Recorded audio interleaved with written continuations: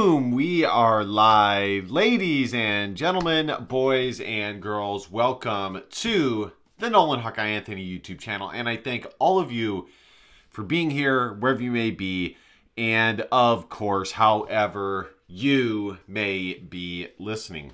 We got a lot to talk about. I haven't been able to publish videos with the frequency that I was able to do so over the last 5 to 6 months.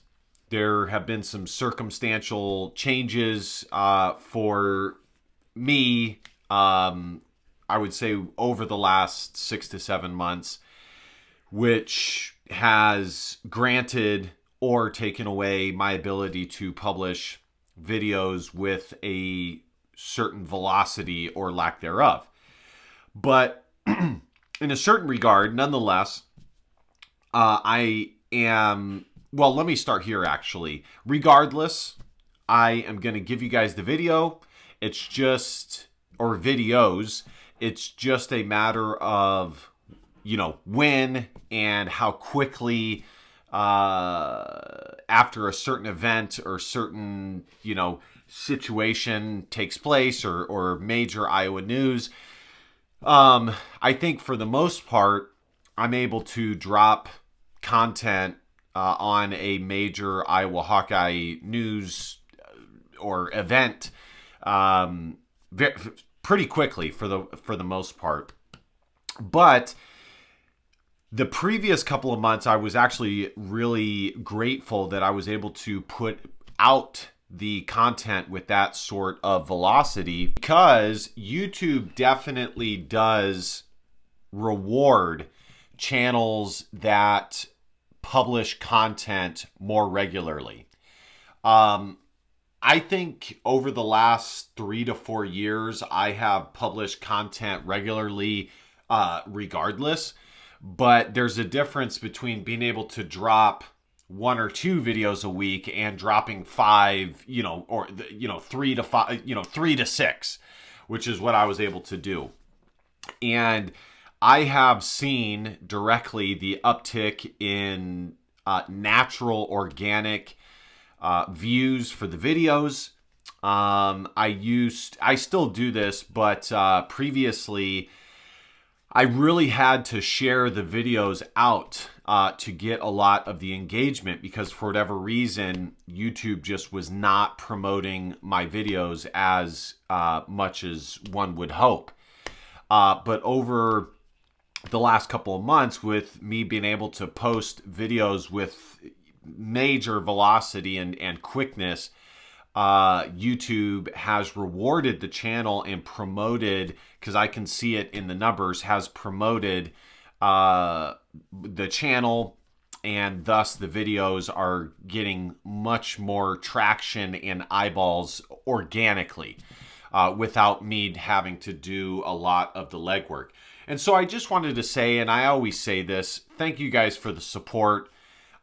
This is a hobby for me. I'm a huge Iowa Hawkeye fan. That's the number one thing that this for me will always boil down to when it comes to me sharing my point of view, is that you're getting it from an Iowa Hawkeye fan, unfettered, totally my unfiltered thoughts, without any constraints or restraints via ads or advertisements or me working for a company or in partnership with a certain company. And I actually said this though in a previous video. I probably could partner. I have done ad reads in the past, and I have partnered with things here or there in the past where I felt comfortable being able to say, we can partner up as long as you understand that I'm going to say exactly what I want to say regardless of this relationship.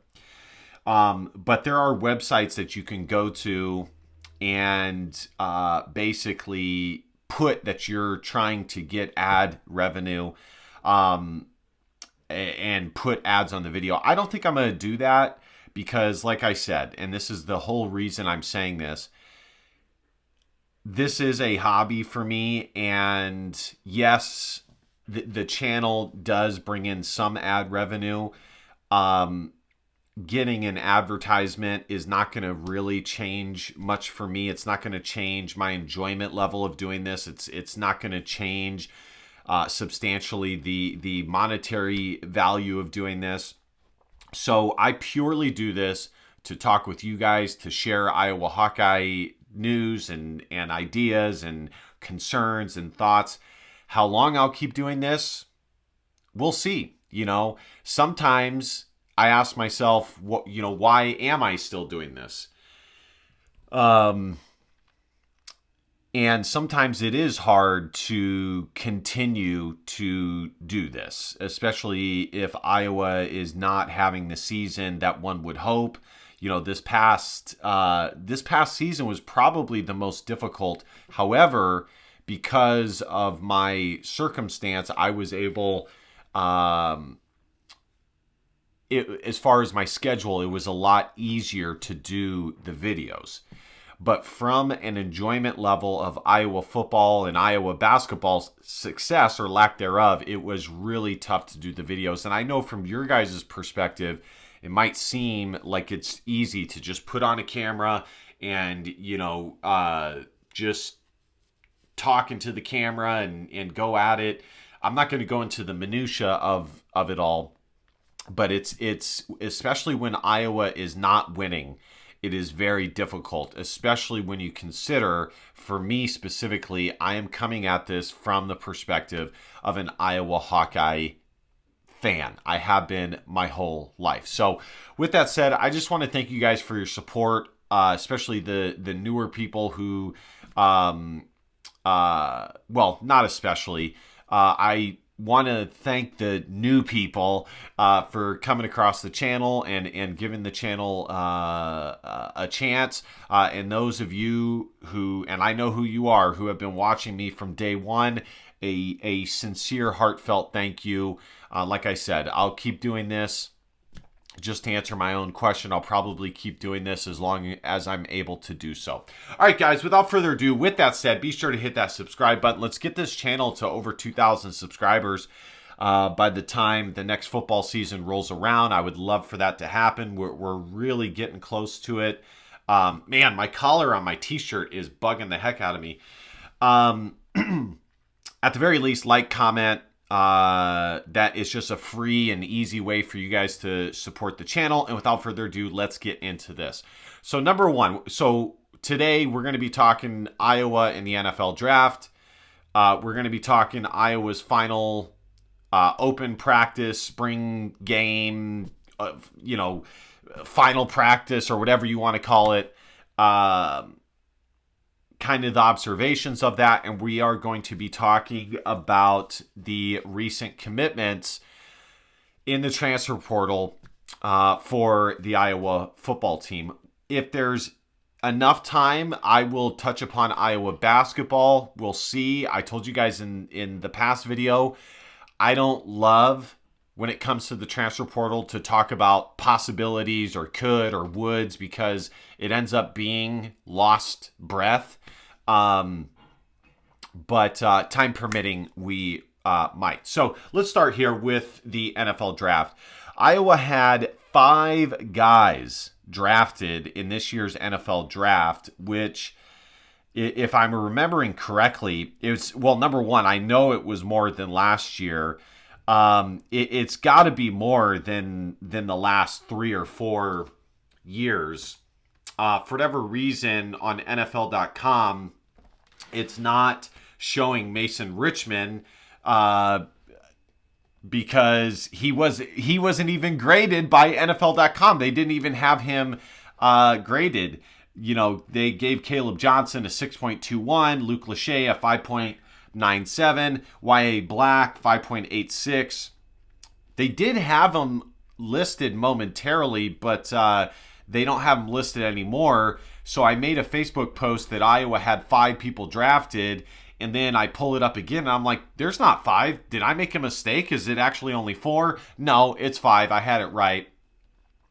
And I made a post on Facebook saying that Iowa having 5 players drafted, to me, is a perfect example that they were better than their 8-win output. Is 5, otherworldly? No. But in comparison with other college football programs around the country, Iowa, time in and time out, is consistently one of the top programs when it comes to producing NFL talent. And, I have to give credit where credit is due to Kirk Ferentz with that. But this is why I always say when it comes to the Iowa fan base, this is why I expect more. Because I see the proof being in the pudding. If you look at the last 10 years, Iowa, I guarantee, is top 20 in the country in NFL draft picks. They're probably top 15, honestly. And again, it's not otherworldly, but it's still substantial. And it'd be one thing if it was like, one year they have 4 drafted, then the next year they have 1 or 0, and then they have, 2, and then they have 0 again. No, we're talking multiple years where they have, at least 2 players drafted. Let's go all the way back to 2021. 2021, Iowa had 4 players drafted. That was the draft class with Davion Nixon, Nick Niemann, Amir Smith-Marset, and Chauncey Golston. Not to mention that a few of those guys actually stuck on the NFL rosters and were not drafted. Alaric Jackson, who I thought should have been drafted considering his college experience, which I'll circle back to momentarily. I believe Jack Heflin, I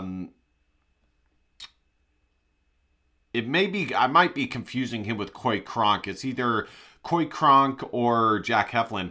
Cole Banwert probably could have been drafted had he wanted to continue his football career, but I digress. So 4 players 2021.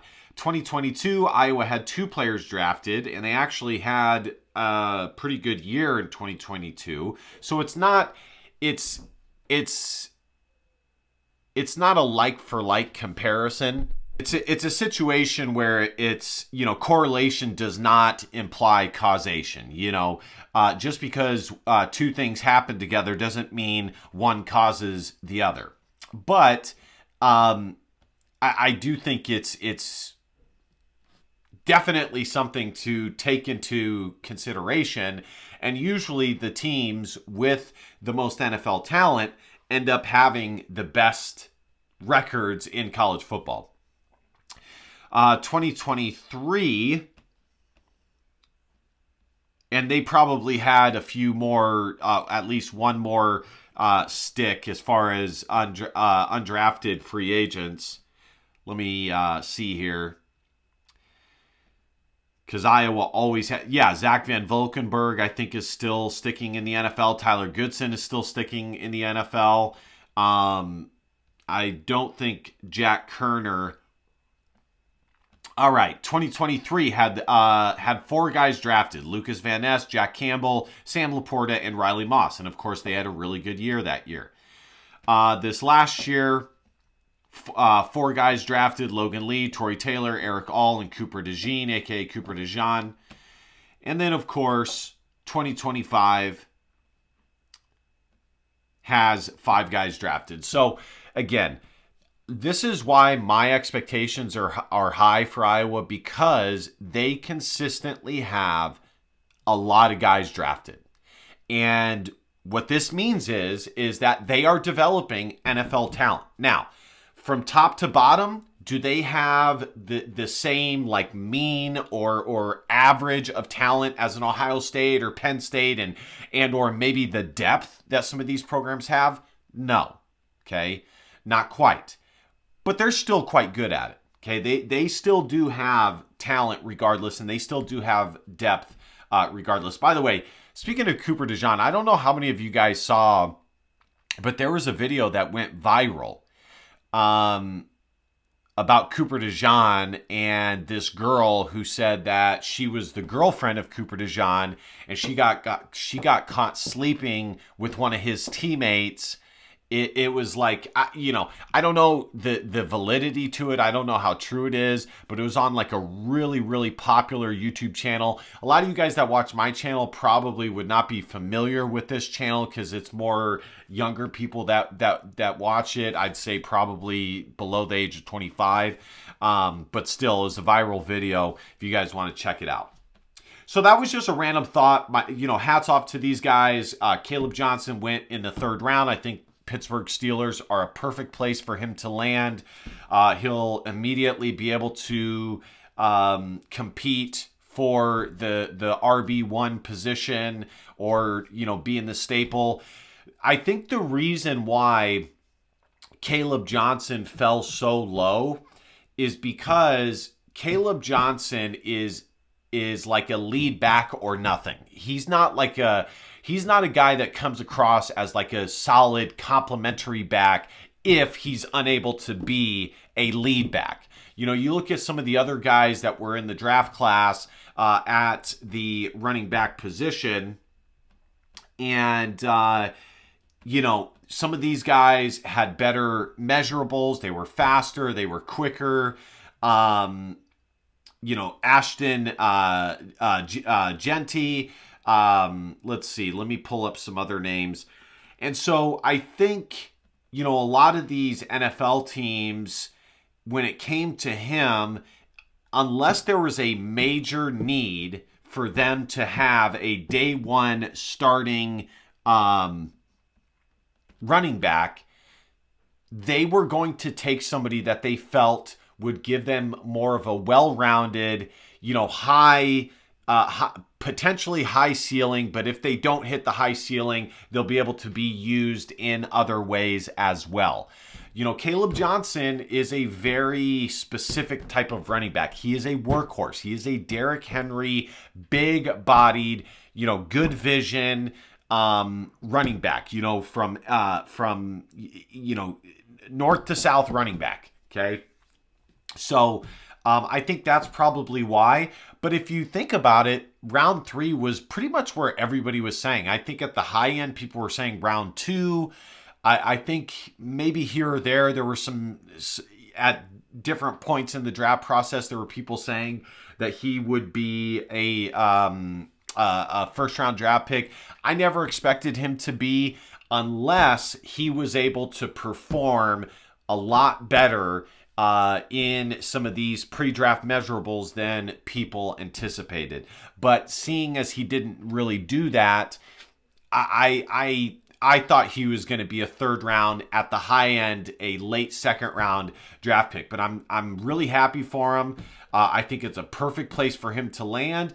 And at the end of the day, when it comes to Iowa players, yes, I want Iowa to have 1st round draft picks, 2nd round draft picks, or top 3, first stage draft picks, top 3 round. But secondarily, I want them to land for franchises and coaches that I think will give them a good opportunity to be successful. And I think Pittsburgh is a perfect place for him to do that. And I think Caleb Johnson is going to be successful. The only concern that I have with Caleb Johnson, even though he did have a good freshman year, his sophomore year was hampered by injuries. And then, of course, he was a breakout player his junior year, and this is not just a Caleb Johnson thing. It's every running back. You ask yourself, how much of the success is the offense/offensive line versus the running back? Now, at the end of the day, the running back has to run through the holes. The running back has to see the holes. And everybody says, of all the running backs in this draft class, that Caleb Johnson has excellent vision. And he's a patient runner, and he sees holes very well. So, it's not something that like I'm nervous about. It's just something to keep in mind, which is always the case with running backs. But he's got a good physique. He's got pretty low wear and tear. Yes, he was used quite a bit for a freshman, and yes, he was used quite a bit this last year, but he didn't see the football field a ton in his sophomore year, and he's only a junior. So, there's a lot of other running backs that will have more wear and tear or have had more wear and tear, upon entry into the NFL. So, I think he's got a good spot. I wish he had performed better in his draft measurables, but the guy, considering he's a 6'1", 220 plus pound running back, I think the measurables that he had were to be expected. And ultimately, Caleb Johnson is a guy that, from 0 to 10 yards, it's not the quickest in the world, but once he gets past 20 yards, he's gone and he's picking up steam. I mean, how many times as Iowa fans did we see him once he was able to break that second level? He was almost impossible to catch because he's a runner that picks up speed as he goes along. And more than that, even though he's not super explosive in the 0 to 10 to 15 yard mark, he's so big that it really is difficult in a different way for defenders to take him down. So anyways, wish him the best, round 3 selection. The next highest pick was Y.A. Black, round 5.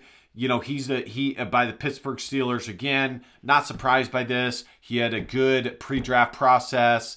Not necessarily with his measurables, but he did well at the Senior Bowl. He's massive. He's got an NFL body, 6'5", 295 plus, 300 plus pounds. He's going to be a guy that is an anchor for any defense that they, put him in there to plug a hole. He doesn't have the best stats in the world, but he's a much needed guy. And then Mason Richmond was drafted. I like that pick. He has a lot of experience. He's an athletic offensive tackle. We'll see if in the NFL he gets moved to guard. I think he has a lot of upside and untapped potential that we haven't seen yet, but he still has a lot of experience. Same thing with Connor Colby. These are both guys that played a ton and in their final year at Iowa were a part of one of the best offensive line units in the entire country. And then, of course, Luke Lachey, who, 2 years ago, people thought that he was going to be the next Iowa first-round draft pick as a tight end or, second or third round at the latest. He took a step back last year coming out of an injury, especially with a new offense. Who knows what would have been possible had he not been injured in the season, Brian Ferentz' final season, and the year he was opposite Eric All. Who knows? I think he has a lot of intangibles that people look for. Obviously, Iowa tight ends get coached up really well, which is why Iowa tight ends are the best in the NFL.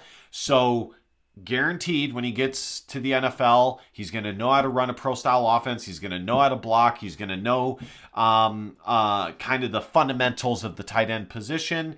And I'm excited to see what he can do in a more legitimate offensive system. Not that Tim Lester's wasn't. It was just so brand new. But a more refined, put in place offensive system that's not brand new, or a Brian Ferentz offensive system, but he's got the intangibles. He's 6'6". I think he'll be able to stick in the NFL. He's got the pedigree, and I think he'll be fine. Final thought on the NFL draft process. Usually, by the way, guys, I do a video the past 2-3 years. I've done a video, squarely dedicated to the NFL draft and Iowa Hawkeyes. This one, because it's next to some other Iowa news, I'm just going to do it all together, and I'll put some timestamps in the video.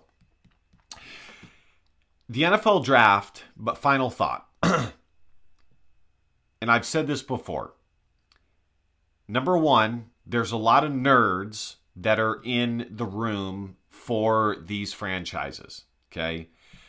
Who, because of that, are looking at the numbers and the things that they see on a piece of paper, rather than the gut feeling and the eyeball test. This was classically portrayed in the movie Moneyball with Brad Pitt.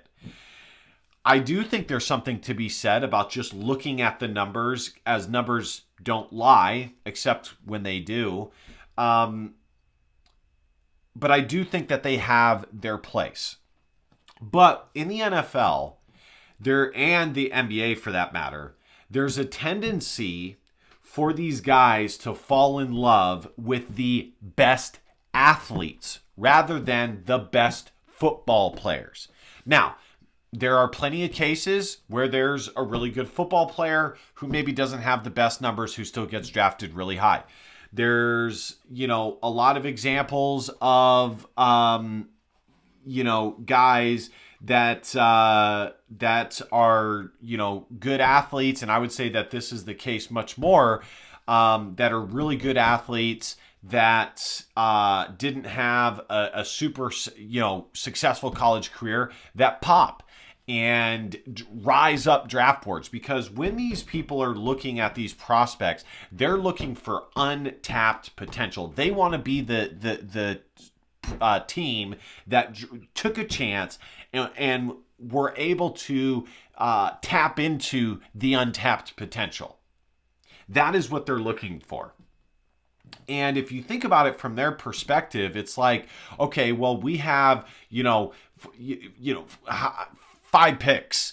3 of them, let's, go after guys that we think that we can really develop. They are athletically super gifted. They have great size. Let's try and tap into some of that untapped potential. And these other guys, if they're still on the market, and they oftentimes tend to be guys like from the University of Iowa, for whatever reason, even though Iowa, especially in the, 3-4 years ago, something that maybe a lot of people did not, how do I say this? It was a stereotype of Iowa that Iowa did not have the most athleticism. But time and time again, on pro days and NFL drafts, Iowa players completely showed out. But there are players like from the University of Iowa that these, franchises are like, you know what? They had great college production. They'll still be there as undrafted free agents. We'll be able to pick them up. If they're not there, we'll find somebody else. But they'll still probably be there. And so what I'm getting at is, at the end of the day, what they're looking for the most is this untapped athletic potential that they can capitalize on and seem like geniuses. And so, the NFL draft for me, I'm interested to see how Iowa guys do, but I have paid attention enough to see the track record, and this is not like some massively intelligent take of mine. I think most people who have paid attention to the NFL draft can see this. There are time and time again, there are guys that either come from a certain school, Ohio State, Alabama, or guys that show up to the NFL draft and they run a 4.3 40, but they barely, had any stats in college, but they just rise and rise and rise up because the imagination of all these analysts and the narrative that this whole business of the NFL starts to formulate gets written, and they climb up the draft boards way further than they probably should. So that's really what you see. And, I don't think it's affected Iowa players too much. I think Iowa players still do pretty well in the NFL draft. I think the NFL draft and the people who are involved with NFL teams, I think they respect the University of Iowa. I think they respect Kirk Ferentz and the development and the fundamentals that he teaches, and they know that they will be fundamentally sound, good team player guys that will come and work their butt off when they get to an NFL franchise. But I say that to say, when you think about guys like Sebastian Castro or Jay Higgins, hell, even Jamari Harris, who played a ton of football, especially Jay Higgins or Nick Jackson, who played a ton of football and are some of the most decorated, most successful college football players, but they don't get drafted. It really speaks to the NFL draft and the business and the whole situation that is the NFL draft process. These teams really, honestly, college and what you did in college matters like that much. What matters the most is what these players are able to do from their final whatever to the night of the NFL draft. And if they're able to show out in that time frame, they can really, really rise up draft boards. So, but we'll see how it all shakes out for these guys. It is too bad to see that Jay Higgins and Nick Jackson didn't get drafted. I thought Sebastian Castro was going to get drafted. If you think back to last year, I mean, the guy probably would have been drafted had he left Iowa last year, and it just, the NFL process is so fickle. Like, guys can be on an upward trajectory, but then,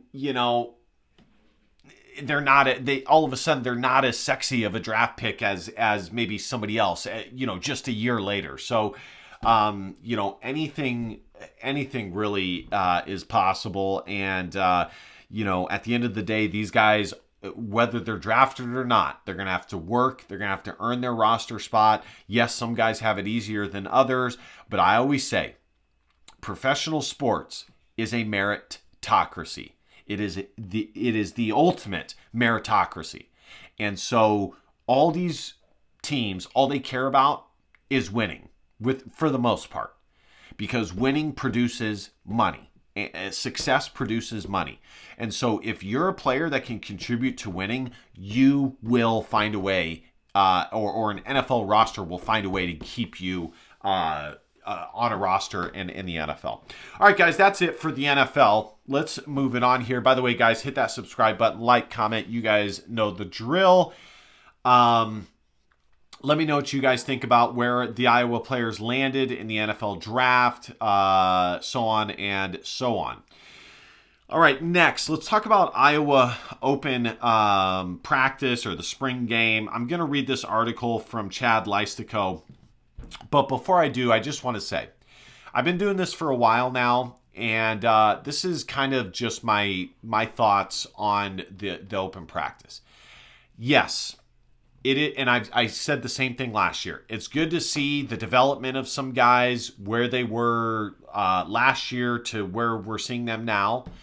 However, it is only one practice. The coaches, unlike us, get way more, and Kirk Ferentz has talked about this many times, they get way more of a full picture than we do.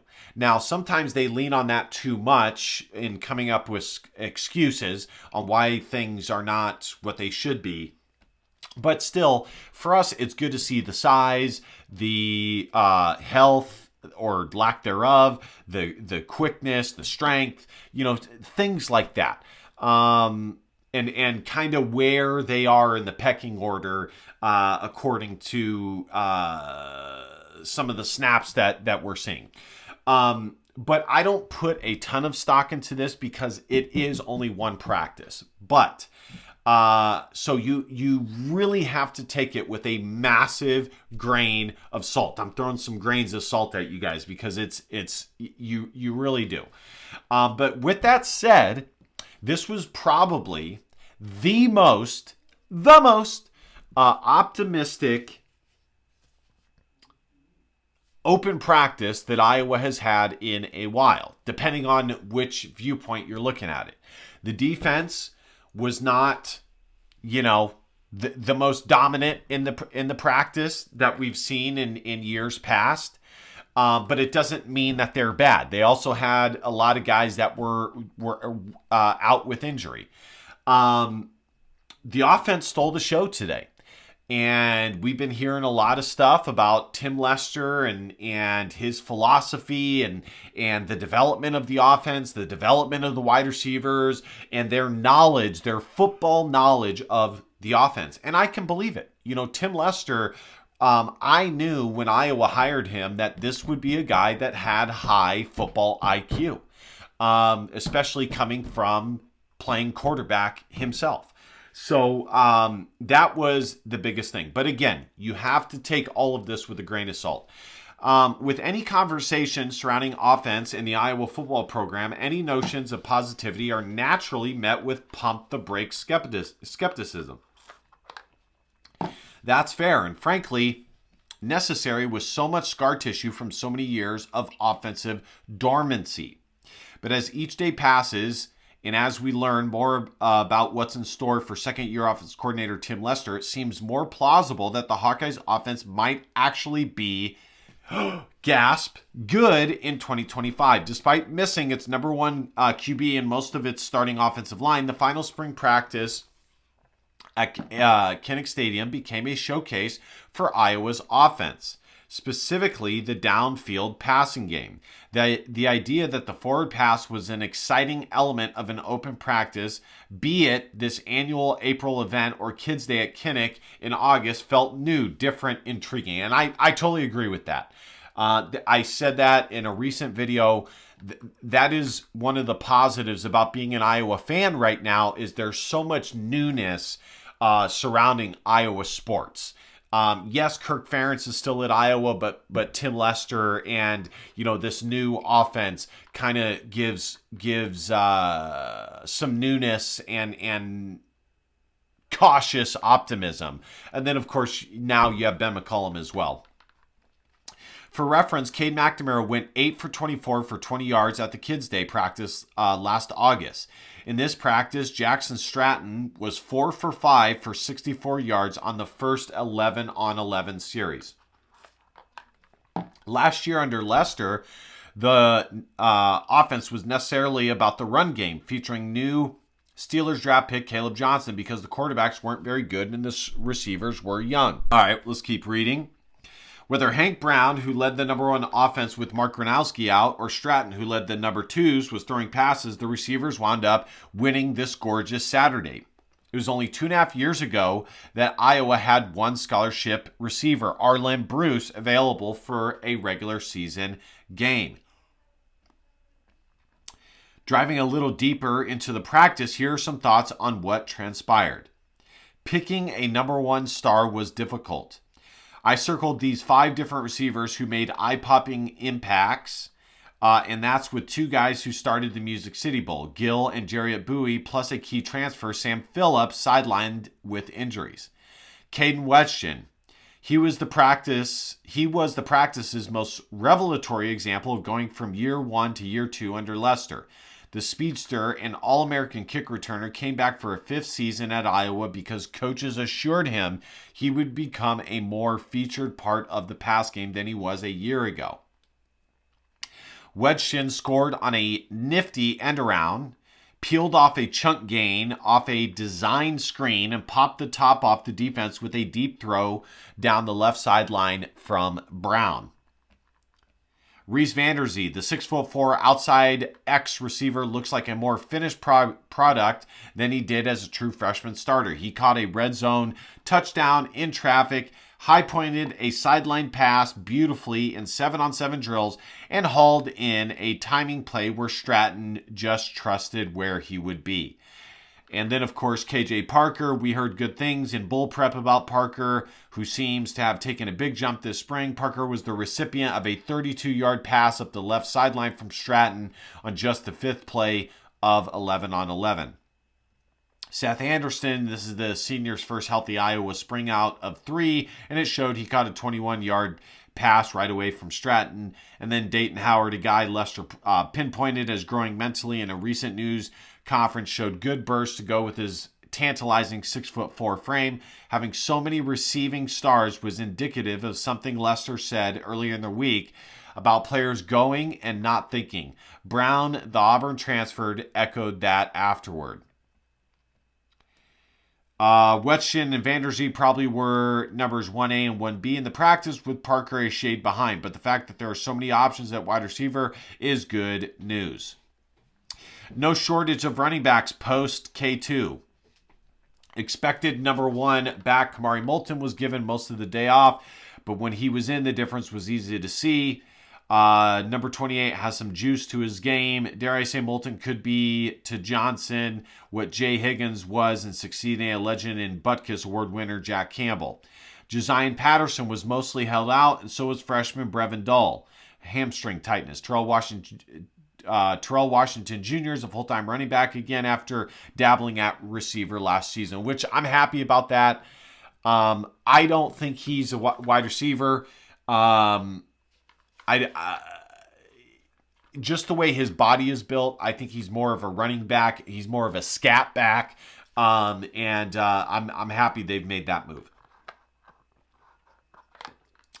This was a day to feature a couple of promising freshmen, Xavier Williams, who redshirted last year, and Nathan McNeil, who early enrolled in January. Williams, at 230 pounds, has some thump to his game. McNeil has some speed and has been mentioned as a possible kick returner too. He's a really poised, impressive young guy. Ferentz said that whole room, there's a lot of strengths in there, a lot of guys that are eager to play. Long injury list, but there was a silver lining. Some worries began to circulate Saturday that right tackle Jennings Dunker had suffered a knee injury. Those concerns escalated when he was a no-show for the open practice. Thankfully, Ferentz provided a pretty reassuring update afterward. Yes, there was an injury. No, it wasn't overly serious. Also out was center Logan Jones and left guard Bo Stevens, with Jones saying it was a load management decision. That's what it always is, guys. That's the thing with these open practices. It's like the NBA. Football nowadays, they are load managing. They're trying to limit the contact and the wear and tear that these guys have, because to them, the science and the stats say that the less contact that they and wear and tear that they take over the course of training camp or whatever, the more they will be able to stay healthy. So, a lot of these are just nicks and whatever the case may be. The left, the number 1 offensive line Saturday from left to right as Trevor Lauk, Leighton Jones, both from Indiana, Mike Mislinski, Cade Piper, and Jack Dotzler. The group did okay, albeit against a defensive line that was missing defensive end Ethan Herkett and didn't use defensive tackle Aaron Graves. Also, Max Llewellyn did good. Redshirt freshman Chima Chineke was super disruptive.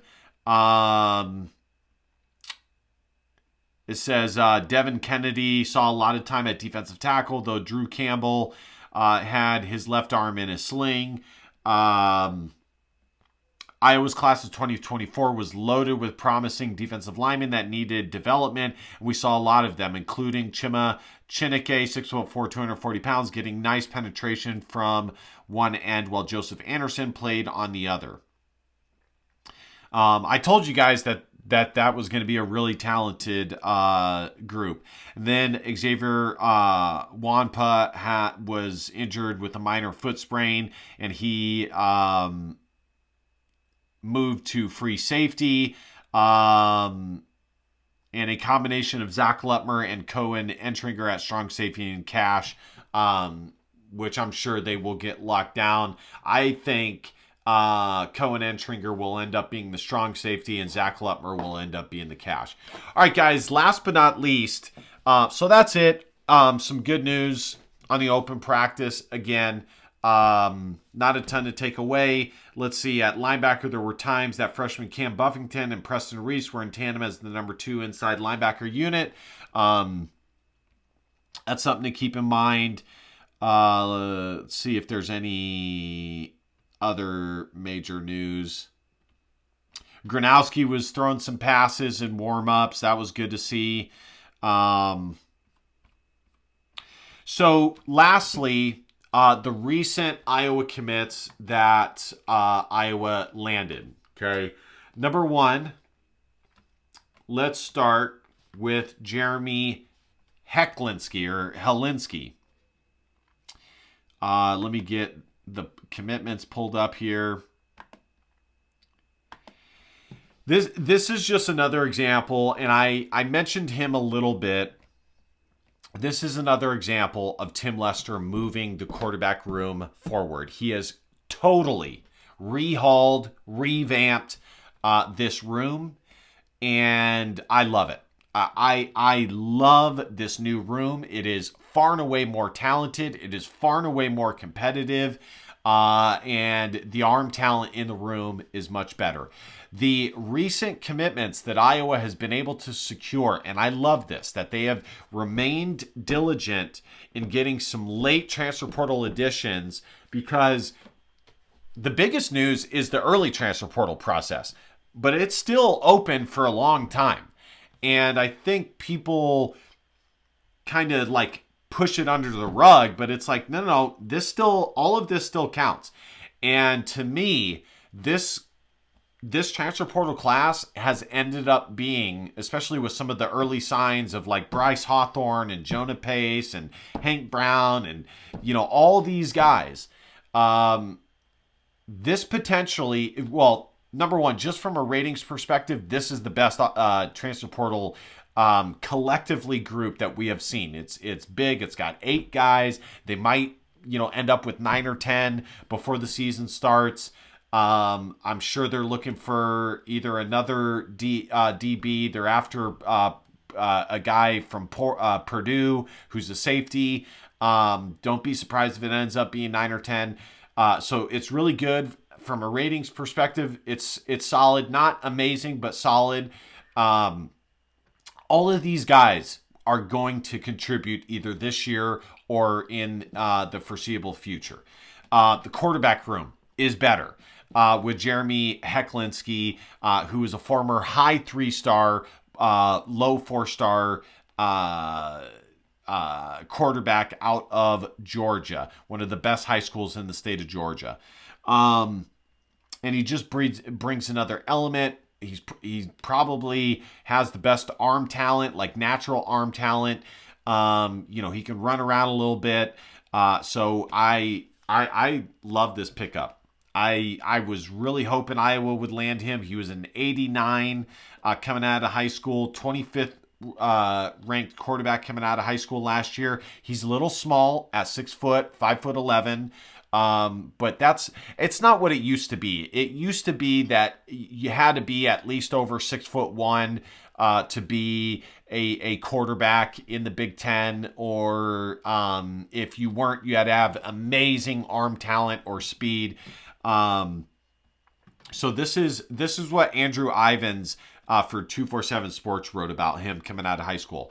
A new age gunslinger with some moxie, on the smaller side, but can whip the ball around the field and make defenses pay. Shows plenty of command on the field and tends to be at his best when his back is against the wall. Owns a bit of an unconventional release, but gets the ball out quickly and can use a variety of different arm angles to challenge tight coverage windows. Should be classified as more of a pocket passer, but can extend plays and sell run pass options. Put up big numbers as a junior in one of Georgia's highest classifications, and picked up right where he left off as a senior.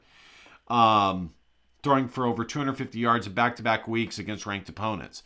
Volatile play style won't be for everybody, but has the tools to flourish in a high-volume passing attack and win games on Saturdays. I think this is a high upside low risk pickup. He can develop under Tim Lester, and, he's young. He has 4 years of eligibility left. He is immediate competition for Hank Brown, Jimmy Sullivan, and the younger quarterbacks. And I think Jackson Stratton is looking like he can be that in-between guy. That's another thing I didn't really talk about. Jackson Stratton looked really good. I'm not surprised by that. I have said that he is a guy that I could see taking a big step forward. He's got a good arm. He's got great size at 6'4". Iowa might be looking for another quarterback once Mark Gronowski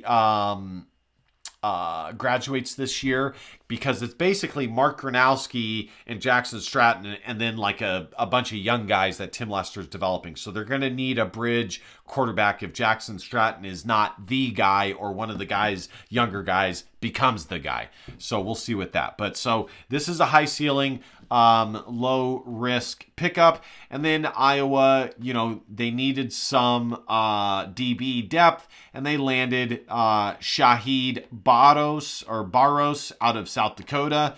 Again, a guy that will likely immediately be able to come in and either add some depth on special teams. He will compete for a spot. I don't know if he'll be a starter. I'm pretty comfortable with Deshaun Lee and Jalen Watson and TJ Hall. But he's a guy that will come in, compete, and give some much needed depth. For me, I would rather Iowa find a DB with like at least 2 years of eligibility remaining.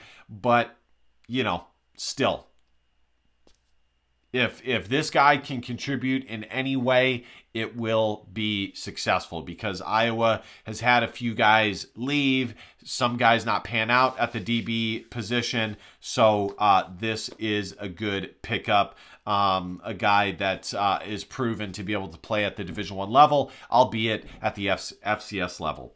All right, guys, long video. There's been 1 or 2 videos I've done recently that have been longer videos. I was able to keep it under an hour.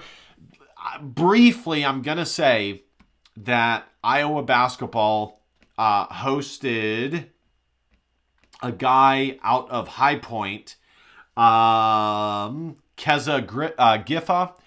He's a 4-star transfer portal target, combo guard. Iowa has a really good shot at landing him. It would be a huge pickup. Again, Ben McCollum just putting in work. I love it. I'm not going to talk about it too much because I can do that in a separate video. But suffice it to say, the new coaches for football, Tim Lester and Ben McCollum in basketball, are really putting in work. The early signs are really positive. And it's a breath of fresh air. All right, guys, thank you guys so much for watching. Be sure to hit that subscribe button, like, comment. You guys know the drill. And last but not least, DBAP, don't be a pussy with low facts or feelings, because your feelings just don't matter. Love you, Hawk fans. See you guys next time. Go Hawks. Bye-bye.